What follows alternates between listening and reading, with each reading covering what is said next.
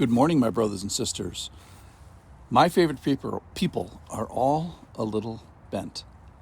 Yesterday we sat under the short and sweet Psalm 8, and it asks in verse 4, "What is man that you are mindful of him, and the Son of Man that you care for him?" So it's a very humbling phrase, words, but the reality is the real humbling part. It reminds me of the Martin Brody, the police chief who was played by Roy Schneider in the movie Jaws, and his famous line, "We're going to need a bigger boat."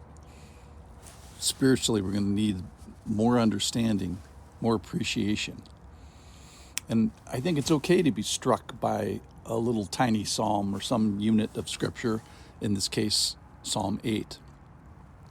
Because any of them can appropriately and thoroughly rock our spiritual understanding, and they can affect our appreciation and our worship. So all along in this, so we're being affected, and the Lord, it says in Psalm 103:14, that he remembers that we are dust. He knows our frame. And yet, in Psalm 23, he will eventually dwell with us. Verse 6, "Surely goodness and mercy shall follow me all the days of my life, and I shall dwell in the house of the Lord forever." He promised that way back in Leviticus chapter 26, verse 11. "I will make my dwelling among you, and my soul shall not abhor you. And I will walk among you, and will be your God, and you shall be my people." So as we will be experiencing, enjoying someday in the future, and also in a little bit now, Revelation 21:3 says that I heard a voice from the throne saying, "Behold, the dwelling place of God is with man. He will dwell with them. They will be his people, and God himself will be with them as their God."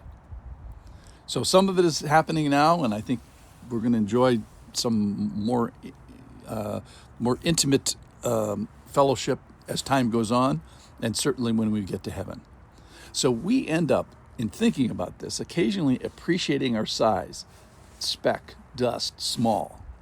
And yet, we see here in these verses that I've cherry-picked, as well as all the way through the Bible, that God visits, God is mindful, and God cares. So that's the great paradox of Psalm 8, this great tension is we have this great God who is also near, the majesty who visits us. We have perfection who comes to speak to us and so to test us. So we have God rejoicing and delighting in the children of man, and our response is, we're going to need a bigger boat. In Zephaniah 3, just a beautiful image. "The Lord your God is in your midst, the mighty one who will save. He will rejoice over you with gladness. He will quiet you by his love. He will exult over you with loud singing." So Zephaniah 3:17 says that we sing, children of the Lord, because of what he does, which is he's rejoicing over us. He's singing over us. He's quieting us by his love.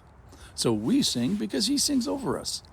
He's made much of us, and the least we can do, this is the whole worship idea, is make much of him. And that's the kind of we're going to need a bigger boat idea. So this reminds me of my mother's favorite verse, which is in Psalm 46:10. It's one of the first she ever underlined in her Bible. "Be still and know that I am God. I will be exalted among the nations. I will be exalted in the earth." So let's talk about that stillness for a second. Be still and then know something about me. The stillness is the Christian superpower, or at least one of them. Psalm 37, "The meek shall inherit the earth." That's quoted by Jesus in the New Testament. It's claimed by Jesus in the New Testament.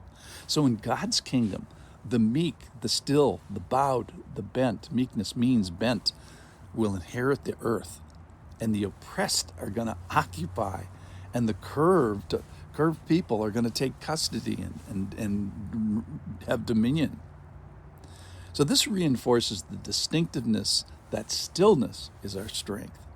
And it associates and honors that stillness and rest and quietness and the trust before the Lord is this key to unlocking strength and fruitful salvation. So there is strength in stillness.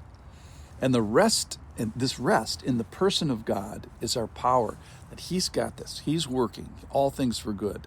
And others might mean things for evil, and the world might have some pain and hardship in it.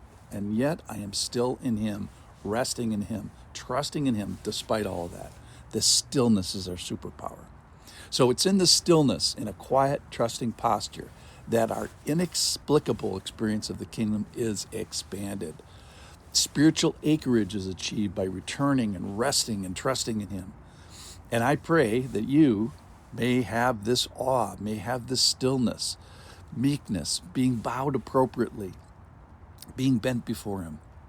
And imagine this powerful, bent people bowed before him. These are my favorite kind of people, bent in awe and in need.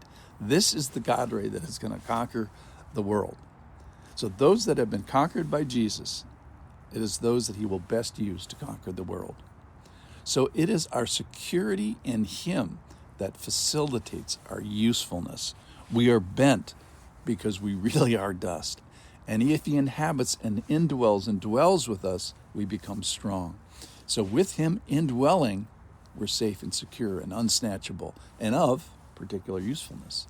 So what is happening before my mother's verse is trouble. So there's this be still and know that I am God.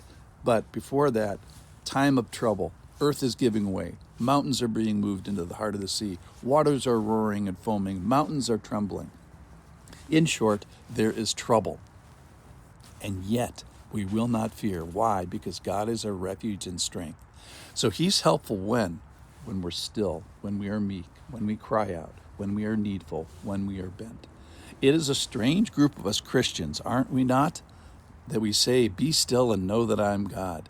The meek are inheriting the earth, and the bent people are my favorite kind of people. Be one of those today. Thanks for listening.